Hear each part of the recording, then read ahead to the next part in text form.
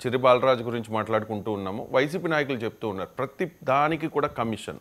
And Polavaram అంటే Polavaram project ఉంటుంది కదా, దానిలో కూడా ప్రతి దానిలో కమిషన్ తీసుకుంటూ ఉన్నారు అని చెప్పి, అంటే ఆయనకి అవకాశం ఉన్న దానిలో ఆయన కమిషన్ అడుగుతూ ఉన్నారు చిన్న చిన్న పనులకు అని చెప్పి పెద్ద ఆరోపణ ఆయన మీద.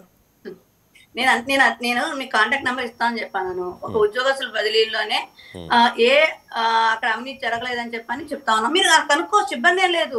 వీళ్ళు వైసీపీ నాయకులు చెప్పారని చెప్పకపోతే వాళ్ళు ఇంకేం చేస్తారు? వాళ్ళు ఎంతసేపు కూటమి ఒక దీన్ని దెబ్బతీయటమే కదా, వాళ్ళకి ఇంకో పని లేదు. చిన్న చిన్న అంశాలకి చేయాల్సినంత అవసరం కూడా లేదు. అండ్ ఇంకొకటి మెయిన్ పాయింట్ సౌజన్య గారు, మెయిన్ పాయింట్, ఈ ఆడియో ఎవరు లీక్ చేశారు, ఎవరికి అవసరం అది తేలాలి. మరి ఎవరు చేశారు ఏంటి అనేది చేస్తే కరాటం రాంబాబు గారు చేయాలి, లేకపోతే దేవినేని ఉమా గారు చేయాలి. ఉమా గారు వాళ్ళు ఎందుకు వాళ్ళు మాట్లాడుకుంటే అది ఎందుకు చేస్తారండి? అంతే కదా, మరి ఇద్దరు ఫోన్లలో మాట్లాడుకున్నారు. కాల్ రికార్డింగ్ ఏ ఒక్కరి ఫోన్లోనూ అయి ఉంటుంది. ఇదే ఫోన్ ట్యాపింగ్ అంత సీన్ లేదు దానికి. ఇది కాల్ రికార్డింగ్, కాల్ రికార్డింగ్ వేరే ఫోన్ నుంచి అయ్యి ఉండొచ్చు. ఆ ఫోన్ ఎవరిది ఏంటి అనేది ఎంక్వైరీ చేస్తే పెద్ద విషయం కాదు. అది కూడా బాలరాజు గారు బయట తీస్తారు. దాంట్లో ఎవరు అయితే ఉన్నారో వాళ్ళ మీద పనిష్మెంట్ కూడా. అంటే జనసేన పార్టీ ఎమ్మెల్యేలు కోట్లు కొల్లగొట్టేస్తూ ఉన్నారు అని చెప్పే ప్రయత్నంలో భాగమా? అంటే ఇప్పుడు అంటే పైకి కూటమి అన్ని పార్టీలు ఉన్నాయి, టీడీపీ, బీజేపీ, జనసేన. కానీ జనసేన పార్టీ ఎమ్మెల్యేల మీద కొన్ని ఆరోపణలు వస్తూ ఉన్నాయి. సో ఏంటంటే జనసేన పార్టీ ఎమ్మెల్యేలు ముందున్నారు దోచుకోవడంలో అని చెప్పి ప్రయత్నం జరుగుతుందంటారా విత్ ఇన్ ద కూటమి? జనసేన పార్టీ ఎమ్మెల్యేలు దోసుకోవాలి అంటే అందరూ చాలా వరకు ఇప్పుడు చిరి బాలరాజు గారు చూస్తే ఫస్ట్ టైం ఎమ్మెల్యే అండి. ఆయన ఫస్ట్ టైం ఎమ్మెల్యేకి కనీసం ఆ వ్యవస్థ గురించి అవగాహన చేసుకోవడానికి కొంత టైం పడుతుంది. ఆయన గిరిజన పుత్రుడు. ఆయన ఎమ్మెల్యేగా శాసనసభ్యులుగా ఎన్నుకున్న తర్వాత ఒక సిస్టమ్ మీద అవగాహన పెంచుకోవడానికి ఎవరు ఎంత అనుభవం ఉన్నప్పటికీ కూడా ఆ పొజిషన్కి వచ్చేటప్పటికి కొంత అవగాహన అనేది చేసుకోవడానికి టైం పట్టింది. దానికి కొంత టైం పట్టింది. కానీ ఈ లోపే అది అవగాహన చేసేసుకొని దాంట్లో లూప్ హోల్స్ ఎత్తుకొని దాంట్లోంచి మళ్ళీ 100 కోట్లు సంపాదించేసి అసలు మరి కొత్త ఎమ్మెల్యేలకి అలా ఉంటే అసలు ఆల్రెడీ 4 సార్లు 3 సార్లు 5 సార్లు అయిన ఎమ్మెల్యేల పరిస్థితి ఏంటండి? అదే కదా పాపం సీనియర్లు. కరాటం రాంబాబు గారు చాలా సీనియర్. ఆయన గతంలో డీసీసీబీ చైర్మన్ కూడా చేశారు, రైట్? అవును. దేవినేని ఉమ్మ గారు ఆయన చాలా సీనియర్. వాళ్ళిద్దరూ అనుకున్నది ఏంటంటే ఆ సంభాషణలో ఉంది, మన టైంలో అలా ఉండేది కాదు కదా, ఇప్పుడు అందరూ కూడా రికార్డుల మీద రికార్డులు సృష్టి చేస్తూ ఉన్నారు, దేశంలోనే కేస్ స్టడీ ఏమో ఇది 100 కోట్లు అంటే ఏడాదిలో అని చెప్పి వాళ్ళు వెటకారంగా మాట్లాడుకున్న పరిస్థితి. అవును, నేను విన్నాను అది. అదే అంటే ఇదంతా మీడియాలో వైరల్ అవడం తప్పితే ఎక్కడెక్కడ ప్రూఫ్ లేదు. ఆ ప్రూఫే తీసుకురామని చెప్పి అంటున్నాము. ప్రూఫ్ తో మాట్లాడితే బెటర్. ఎందుకంటే అఫ్కోర్స్ వాళ్ళిద్దరూ మాట్లాడుకున్న విధానం అంటే అక్కడ జనసేన నాయకులుగా ఆయన మాట్లాడినా లేకపోతే ఉమా గారు మాట్లాడ జస్ట్ ఒక మాటల సందర్భం తప్పితే అంటే బయట వాళ్ళు వింటారని మాట్లాడు కదా, ఒకళ్ళు మాట్లాడుకున్నారు. దానికి ఎందుకు మాట్లాడాల్సి వచ్చింది, అసలు ఈ వీడియో రిలీజ్ చేసింది, ఆడియో రిలీజ్ చేసింది ఎవరు, ఇవన్నీ కూడా తేలుతాయి. అలాగే 100 కోట్లు నిజంగా ఆయన అవినీతి చేస్తే ఖచ్చితంగా పార్టీ తన పని తను చేసుకుంటది. లేదు అంటే ఎవరైతే ఈ పనులని వెనకాల వాంటెడ్ గా చేస్తారో వాళ్ళందరూ పనిష్మెంట్ అవుతారు. దాంట్లో తేడా లేదు. కాకపోతే ఒకటి ఏంటంటే కుట్ర అయితే జరుగుతా ఉంది. ఎందుకంటే ఒక ఎస్టీ ఎమ్మెల్యే మీద ఇన్నిసార్లు ఇలాంటి అంశాలు వస్తున్నాయి అంటే ఒక అణగారిన వర్గమా లేకపోతే ఇంకోట ఏంటనేది మనం అసలు అర్థం కావట్లేదు. ఎందుకంటే నేను పనిచేసే విధానంలో చాలా హార్డ్ వర్కరు, చాలా హార్డ్ వర్కరు, కమిట్మెంట్ ఉన్న వ్యక్తి. అలానే ఎన్నో ఇబ్బందులు పడినప్పటికీ కూడా చాలా బలంగా నిలబడ్డాడు. ఆయన చాలా బలంగా నిలబడి గెలుపు కోసం ప్రయత్నించారంటే ఎన్నో ఒడిదుడుకులు వచ్చినప్పటికీ కూడా ఎక్కడ శ్రమకు శ్రమ, ఆలోచనకు ఆలోచన, ఇబ్బందులకు ఇబ్బందులు అన్ని కూడా దాటుకొని ఆయన ఎవరో ఊహించలేదు. నాకు తెలిసి మీరు కూడా అనుకుని ఉంటారు పోలవరం నియోజకవర్గం కొడతామని చెప్పని.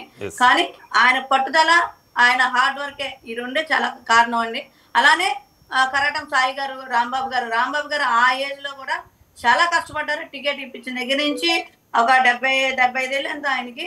అయినా కూడా ఆ వయసును కూడా పక్కన పెట్టి ప్రతి మండలం తిరిగి ఆయన మీటింగ్లు పెట్టిన నేను స్వయంగా చూశాను. కాబట్టి జరిగిన ప్రచారం ఏంటంటే మీరు చెప్తూ ఉన్నట్టుగా 2024 ఎన్నికలకు ముందు ఖచ్చితంగా జగన్ ఓటమి, వైసీపీ ఓటమి, కూటమి గెలుపు, కూటమి అధికారంలోకి వస్తుందని అంచనాలు సర్వే సంస్థలు, మెజారిటీ సర్వే సంస్థలు చెప్పినా కూడా చిరి బాలరాజు వైపు ఏ సర్వే సంస్థ లేదు, ఆయన ఖచ్చితంగా ఓడిపోతారని అన్నారు. కానీ ఆయన 8,000 మెజారిటీతో గెలిచిన పరిస్థితి.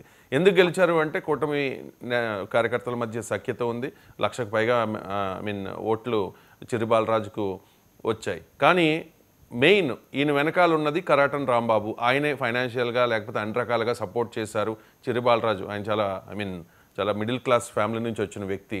ఆయనకి ఒక సరైన కారు కూడా లేదు. అండ్ సరైన ఐ మీన్ జన సైనికులు తప్పితే ఆయనకంటూ ఒక బలం లేదు అక్కడ. కాబట్టి కరాటన్ రాంబాబే కర్త కర్మ క్రియ అన్ని దగ్గరుండి చూసుకుని పోల్ మేనేజ్మెంట్ ఈ వ్యవహారాలన్నీ చూసుకుని ఆయన గెలిపించారు అనేది అక్కడ ఆ నియోజకవర్గంలో జరుగుతున్న పెద్ద చర్చ, పెద్ద టాక్ ఇది. కానీ అలాంటి కరాటన్ రాంబాబే ఇప్పుడు చిర్రి బాలరాజు వ్యవహార శైలి మీద కాస్త అసంతృప్తి వ్యక్తం చేశారు. మీరు చెప్తున్నట్టుగా అటానే మాట్లాడుకున్నారు, కానీ అసంతృప్తి ఏదో ఇలా ఆయన మేము చెప్పినట్టు వినట్లేదు అన్నట్టుగా సంకేతం వచ్చేలాగా మాట్లాడారు. ఏమన్నా చెడిందా ఆయనకి చిర్రి బాలరాజుకి? లేదండి, ఇప్పుడు బాలరాజు గారు అంటే నాకు ఒక సొంత మనిషి ఉన్నారు, లేదా నాకు ఒక పెద్ద నాకు ఒక తండ్రి అనుకునే పరిస్థితి ఎవరైనా ఉన్నారు అంటే అది కేవలం రాంబాబు గారే. ఎందుకంటే ఆ రాంబాబు గారు చొరవతోనే ఆయనకి టికెట్ రావడం కానీ, లేదు అంటే ఆయన పడిన కష్టం ఎవరు మర్చిపోలేంది. ఎలక్షన్ టైంలో పోల్ మేనేజ్ ఒక సీనియర్ నాయకుల కింద ఆయన మొత్తం ఎలక్షనీరింగ్ అంతా దగ్గర చేయడం జరిగింది. అలానే ప్రతి ఒక్కరిని మోటివేట్ చేస్తా, సాయి గారు అవ్వచ్చు, వీళ్ళందరూ కూడా అసలు ముఖ్యంగా రాంబాబు గారి విషయంగా చిర్రి బాలరాజు గారు చాలా ఉన్నతంగా ఆలోచిస్తారు. ఆయన ఒక దేవుళ్లాగా భావిస్తారు. అంటే వన్స్ గెలిచిన తర్వాత ఆయన పట్టించుకోవడం మానేశారా? అదేం లేదండి, అదేం లేదు. ఎందుకంటే నాకు తెలుసు ఈ రోజుకి నేను పోలవరంతో కాంటాక్ట్ లోనే ఉన్నాను.